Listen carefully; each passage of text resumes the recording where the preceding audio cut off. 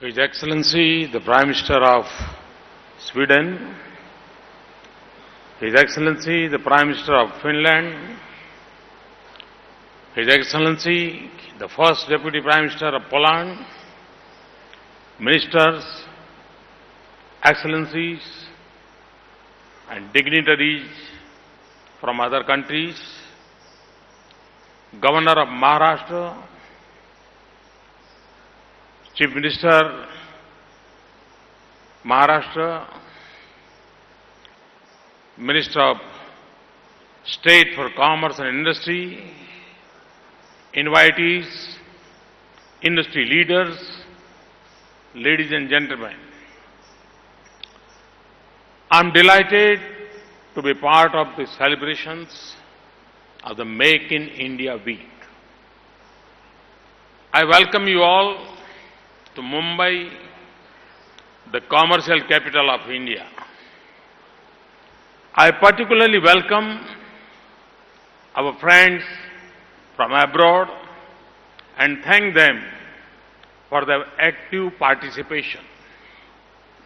I thank the government of Maharashtra for hosting this event. I also thank other states for their active participation. Friends, when I look back at the launch of the Make in India initiative over a year ago, I also recall the aspirations of our youth. 65% of the population of India is under the age of 35. This youthful energy is our greatest strength. We launched the Make in India campaign to create employment and self-employment opportunities for our youth. We are working aggressively towards making India a global manufacturing hub.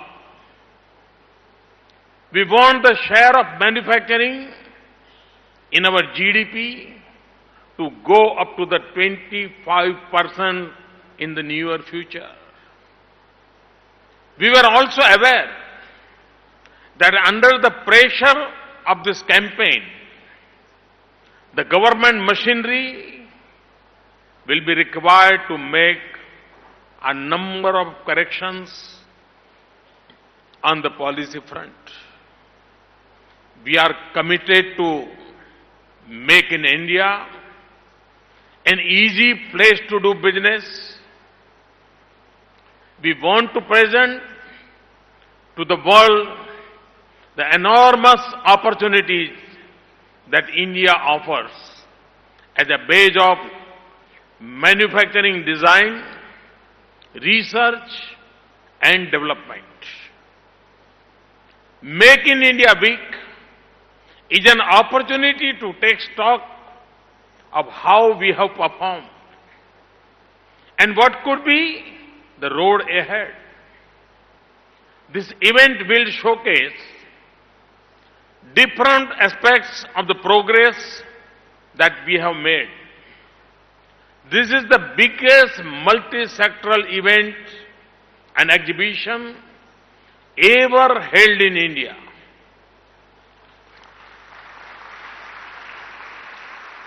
I encourage all of you to see for yourselves the direction that India is taking.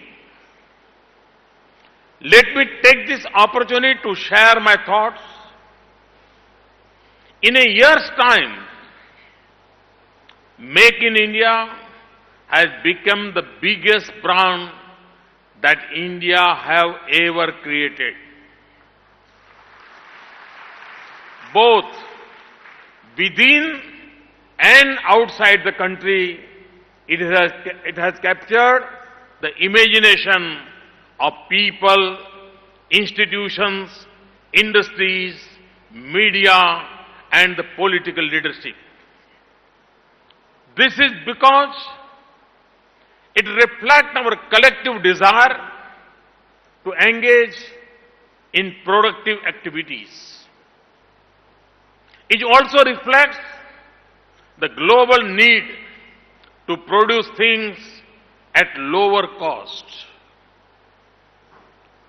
It is forcing us to make correction and increase efficiency. It has encouraged us to integrate with the world on equal terms. Let me give you some concrete examples of what we have done. Today, India is perhaps the most open country for FDI. Most of the FDI sectors have been put on automatic approval route. Our FDI inflows have gone up by 48% since the day my government came into office. In fact, FDI inflow in December 2015 was the highest ever in this country. This is at a time when global FDI has fallen substantially. We have carried out a number of corrections of the taxation front. We have said that we will not resort to retrospective taxation. And I repeat this commitment once and again. We are also swiftly working towards making our tax regime transparent, stable, and predictable. We have laid all-round emphasis on ease of doing business. In the manufacturing sector, we have taken decisive steps to simplify process and rationalize provisions. This includes licensing, cross-border trade, security, and environmental clearances. We have announced attractive schemes in several sectors, including electronics and textiles. We have made substantial policy corrections in the defense sector. From licensing to offset regime and export regime, we have given what the defense industry was looking for. Smooth and transparent allocation of natural resources is another example.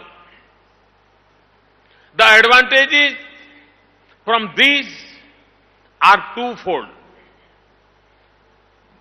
On one hand, the production of such resources has gone up.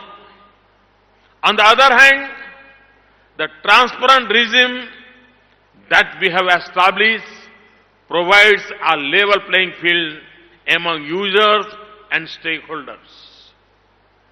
This year, we will record the highest ever coal production. Also, 2015 was the year where India's highest ever generation of electricity was recorded. On the issue of safety of properties and rights, we have already enacted a law for fast-tracking of arbitration proceedings. We are establishing a dedicated commercial courts and commercial divisions in high courts. The formation of the Company Law Tribunal is at the final stage. Soon, we shall be putting in place an effective IPR policy and patent regime. We hope to pass the bankruptcy law which has been tabled in Parliament. Hence, on the front of policy and procedure, we have made our systems cleaner, simpler, proactive, and business-friendly. I believe in minimum government and maximum governance. Therefore, almost on a daily basis, we are trying to remove the bottlenecks that were affecting investments and growth. It is good to see that changes and corrections are taking place not just at the level of the federal government, but also at the state level. States are now in healthy competition to provide ease of doing business and infrastructure linkages. The results have been encouraging. India has become the fastest growing large economy in the world. We will end this fiscal year with well over 7% growth in GDP. IMF, World Bank, OECD, ADB, and other institutions have projected even better growth in the coming days. In 2014-15, India contributed 12.5% of global growth. Its contribution to global growth is 68% higher than its share of the world economy. Let me also mention some other indicators. India has constantly been ranked as the most attractive investment destination by several global agencies and institutions. We have jumped 12 ranks in the latest global ranking by the World Bank on ease of doing business. India has improved its unaided ranking of investment attractiveness from 15th to 9th. India has jumped 16 places on the World Economic Forum's Global Competitive Index. Moody's has upgraded the rating of India as positive. The momentum of the Make in India campaign has given us confidence. It motivates us to make our policies and processes easier and friendlier. With this background, I invite and encourage you to make in India your workplace and also your home. Friends, we are particularly keen to scale up investments in next generation infrastructure. This includes roads, ports, railways, airports, telecom, digital networks, and clean energy. We are also investing in our social, industrial, and agricultural infrastructure to give better income and quality of life to our people. So far, it was our implementation capacity that was the biggest bottleneck. We have speeded up processes. The result is faster turnaround of projects. India's highest ever kilometers of new highway contract awarded. Similarly, the increase in railway capital expenditure was the highest this year. Thus, whether it is a physical or social infrastructure, we are executing it much more efficiently than ever before.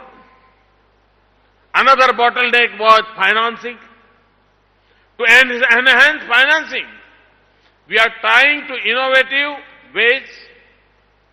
We are opening up our greenfield and brownfield projects for public-private partnership.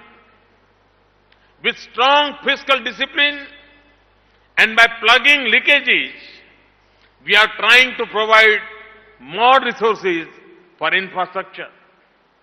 We have also set up the National Investment and Infrastructure Fund. We have come up with a mechanism of tax-free infrastructure bonds for projects in rail, road and irrigation sectors. We are working with a number of countries, financial markets and funds on these financial instruments. Ladies and gentlemen, India is a land of immense opportunities. 50 of our cities are ready for setting up metro rail system. We have to build 50 million houses. The requirement of road, rail and waterways is enormous. There is no time for incremental changes. We want a quantum jump. We have also decided to do this in a cleaner and greener way. That is why we have made a commitment to the world community at the recent COP20 meeting in Paris. Hence, we are going for renewable energy in a big way, 175 gigawatts. I lay great stress on zero defect and zero effect manufacturing. We place high emphasis on energy efficiency, water recycling, waste to energy, clean India, and river cleaning. These initiatives are directed at improving quality of life in cities and villages. These initiatives provide you additional avenues for investment in technologies, services, and human resources. Friends, India is blessed with 3 Ds. These are democracy, demography, and demand. To this, we have added the fourth D, that is deregulation.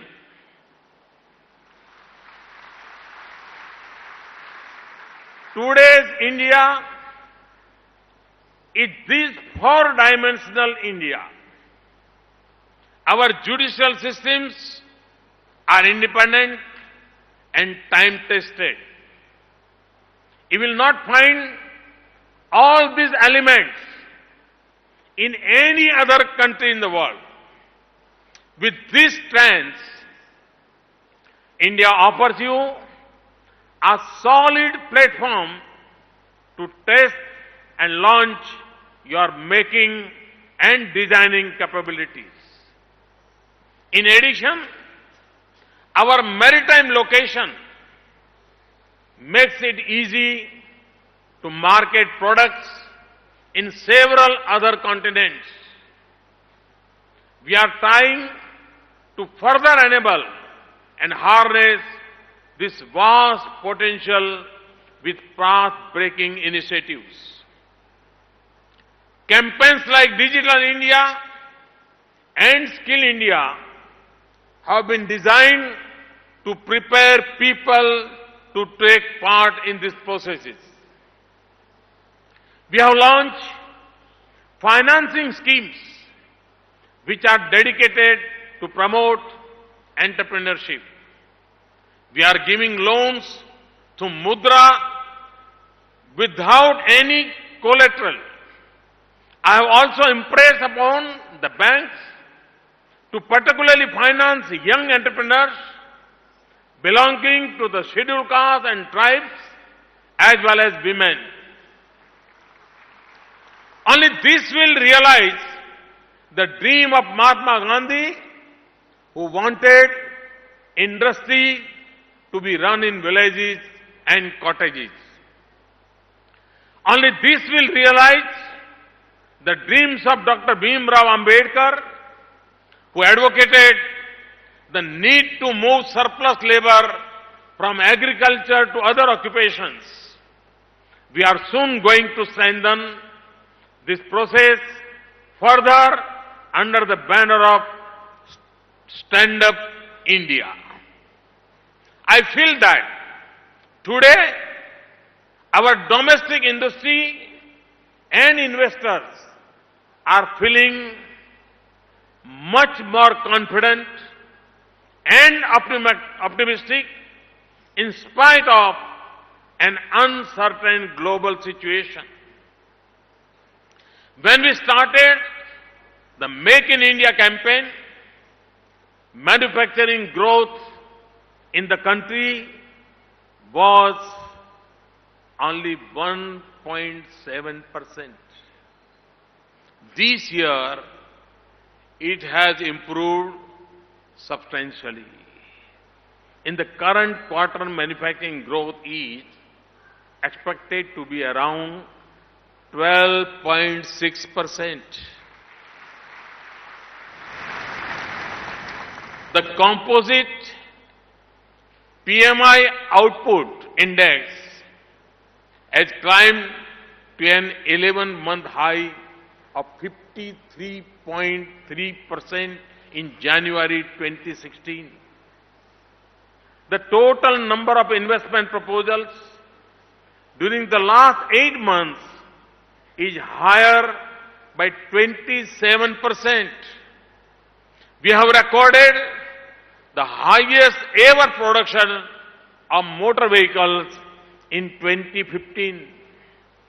As many as 50 new mobile phone factories were set up in the country during past 10 months. Electronic manufacturing has grown sixfold to 18 million. 159 electronic system design and manufacturing units, popularly known as ESDM units, were established in India in 2015. As per estimate of certain agencies, the Indian job market is now on a strong footing. For example, the Monster Employment Index of India stood at 229 in January 2016, which is up by 52% over January of last year. Similarly, on the trade front, India's highest ever software export were recorded in 2015. Also in 2015, our major ports handled the highest ever quantity of cargo. These are very good signs. I would like to give our industry some friendly advice. Do not wait. Do not relax. There are immense opportunities in India. You should take advantage of the renewed interest of global players to work in India.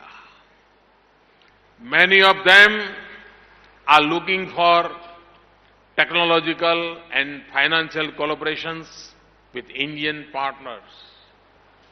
This includes high-tech sectors and high-valued areas like defense production. I assure you that if you take one step, we will walk 2 steps for you.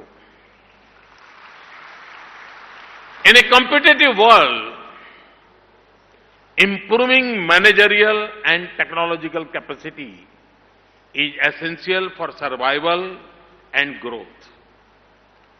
From press shuttles to pollution control, from health to education, from agriculture to services, our young entrepreneurs and startups are showing us newer and faster ways for enterprise and delivery. My government is committed to support them and tap their energy fully. We want our youth to become job creators rather than job seekers. That is why we have launched the Startup India campaign. We are keen to find ways in which our minds are able to empower the hands. Our hands are able to master the machines. Our machines are able to make the best. Our products are able to beat the rest. Make in India is a drive to fulfill unmet demands of the common man. It is also an effort to engage and empower unemployed. I also emphasize on Make for India so that human and sectoral needs can be fulfilled. I've heard several global companies talk about the localization plans. Thus, this campaign has the capacity to boost the Indian economy and also brighten the global scenario. Friends, I've been saying that this century is Asia's century. My advice to you is to make India your center if you want this century to be your century. I invite everyone sitting here and also those not here to be a part of India's unfolding story. This is the best time ever to be in India, and it is even better to make in India. Thank you very much. Thanks a lot. Thank you, Honorable Prime Minister, for sharing your vision and enlightening us with your views. Thank you.